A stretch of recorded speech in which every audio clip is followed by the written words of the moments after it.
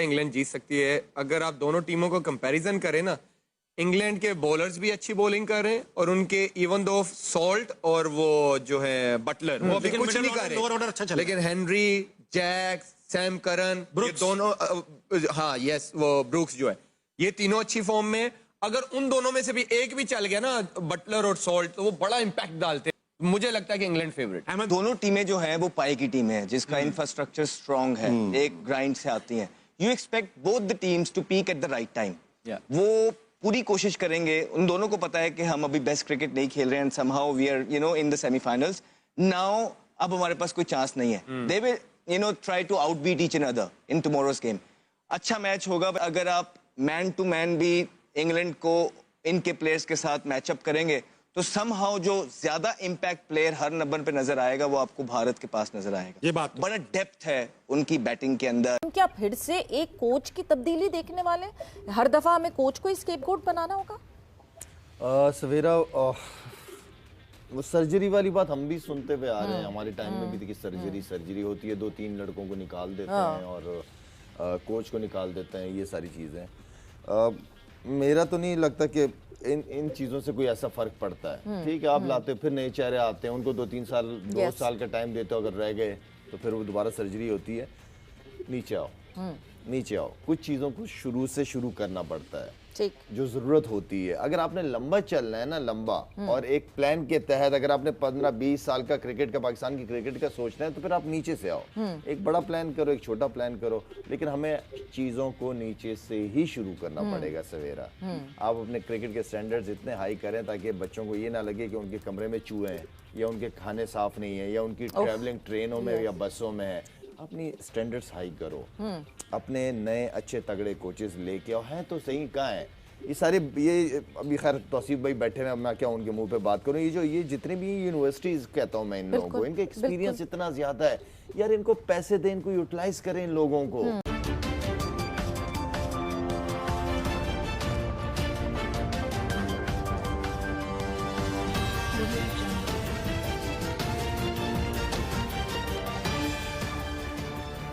नमस्कार दोस्तों, मैं हूं नीरज और आप देख रहे हैं दुनियादारी।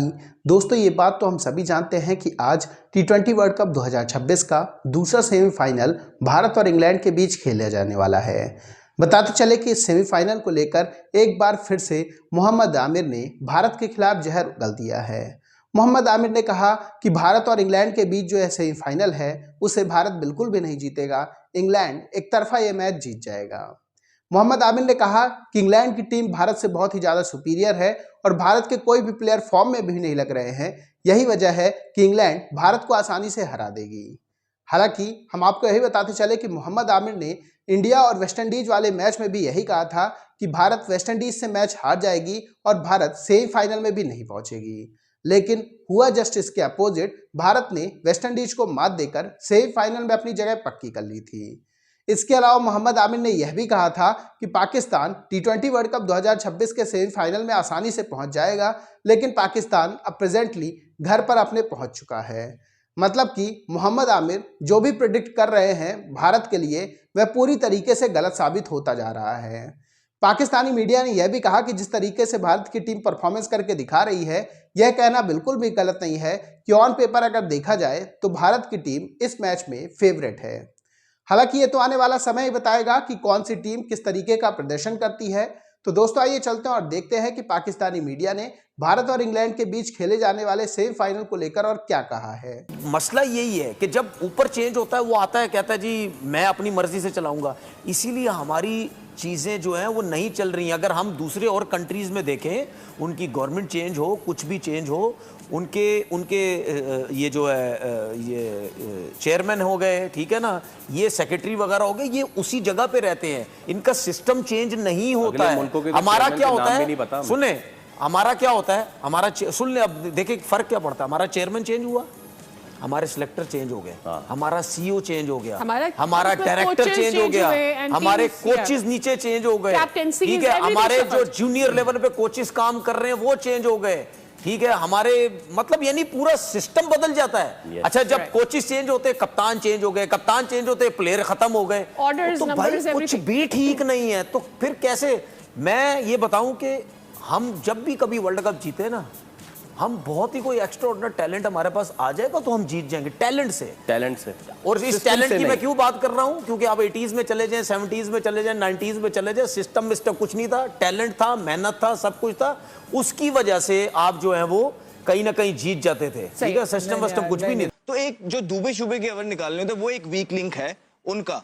अदर देन दैट डेप्थ के अंदर भी वो ठीक बॉलिंग कर रहे हैं, नए बॉल पे भी वो ठीक बॉलिंग कर रहे हैं, स्पिनर्स भी उनके पास है। Let's see with which combination they miss कर रहे हैं वो जो कुलदीप को नहीं कुलदीप खिला। यादव, मैं मुझे पूछने लगता वाला है था, कि उसको इंग्लैंड नहीं खिला वैसे रहे, ही ट्रिक जरा मिस कर अच्छा ठीक है, तो उसको अगर खिलाते हैं ना तो कौन बाहर होता है? दुबे। तो फिर उनकी बैटिंग की दे बैक देमसेल्फ। रिंकू की अभी बारी नहीं आ रही है अहमद। रिंकू नहीं खेल रहा, दुबे खेल रहा है या अक्षर बैटिंग कर लेता है फिर।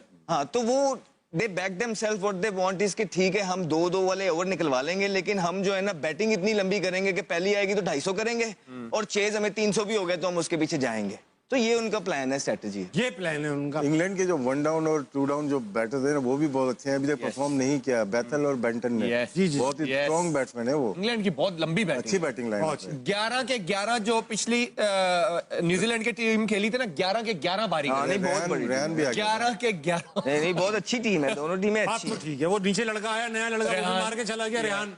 आज एक और ऑलराउंडर ने रन कर दिए, जेंसन ने, मारो ने नहीं किए। सारे ऑलराउंडर रन कर रहे हैं, हमारे वाले कहते हैं कि भाई हमें बॉलिंग रखा है, बैटिंग नहीं करेंगे। तो दोस्तों, जैसे कि वीडियो में आपने देखा कि एक बार फिर से पाकिस्तानी मीडिया ने भारत के खिलाफ जहर उगलना स्टार्ट कर दिया है। पाकिस्तानी मीडिया ने कहा कि इस मैच में इंग्लैंड भारत से काफी आगे लग रहा है। हालांकि पाकिस्तान के पूर्व क्रिकेटर अहमद शहजाद ने इनको पूरी तरीके से एक्सपोज कर दिया है। अहमद शहजाद ने कहा कि भारत और इंग्लैंड की तुलना अगर की जाए तो भारत की टीम इंग्लैंड से काफी ज्यादा सुपीरियर लग रही है।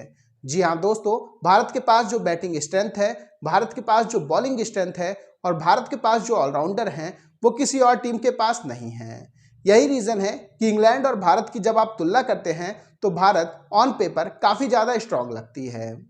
पाकिस्तानी मीडिया का यह भी कहना है कि जिस तरीके से भारत ने इस वर्ल्ड कप में प्रवेश किया है और सेमीफाइनल में अपनी जगह बनाई है, यह कहना बिल्कुल भी गलत नहीं होगा कि भारत वर्ल्ड कप 2026 अपने नाम करने वाला है। बताते चले कि जब भारत वर्ल्ड कप का पहला मैच खेलने आया था तब सबको यह लग रहा था कि भारतीय टीम फेवरेट है। फिर भारत साउथ अफ्रीका से हारा तो लोगों को ऐसा लगने लगा कि साउथ अफ्रीका इस वर्ल्ड कप के लिए फेवरेट है। कुछ लोगों को तो यह भी लग रहा था कि भारत सेमीफाइनल में जगह नहीं बना पाएगा। लेकिन वेस्टइंडीज के खिलाफ भारत ने बहुत ही शानदार जीत दर्ज की। उसके बाद एक बार फिर से भारत को फेवरेट बताया जाने लगा है और पहला सेमीफाइनल जो कि साउथ अफ्रीका और न्यूजीलैंड के बीच हुआ था उसमें साउथ अफ्रीका को बहुत बुरी तरीके से शिकस्त का सामना करना पड़ा है। इसका मतलब यह है कि न्यूजीलैंड ऑलरेडी फाइनल में पहुंच चुकी है। अब देखने वाली बात तो यह है कि दूसरे सेमीफाइनल से कौन सी टीम आगे बढ़ेगी और फाइनल में न्यूजीलैंड से उसका मुकाबला होगा। पाकिस्तानी मीडिया ने यह भी कहा कि भारत अगर अपने पोटेंशियल पर खेलता है तो यह कहना बिल्कुल भी गलत नहीं होगा कि भारत इंग्लैंड को आसानी से मात दे देगा। तो दोस्तों, अभी के इस वीडियो में बस इतना ही। तमाम अपडेट्स के लिए आप बने रहिए दुनियादारी के साथ। सुनो, चैनल को सब्सक्राइब करो, उसके बाद घंटी बजा देना ताकि अगली वीडियो आपसे मिस ना हो पाए। Thank you.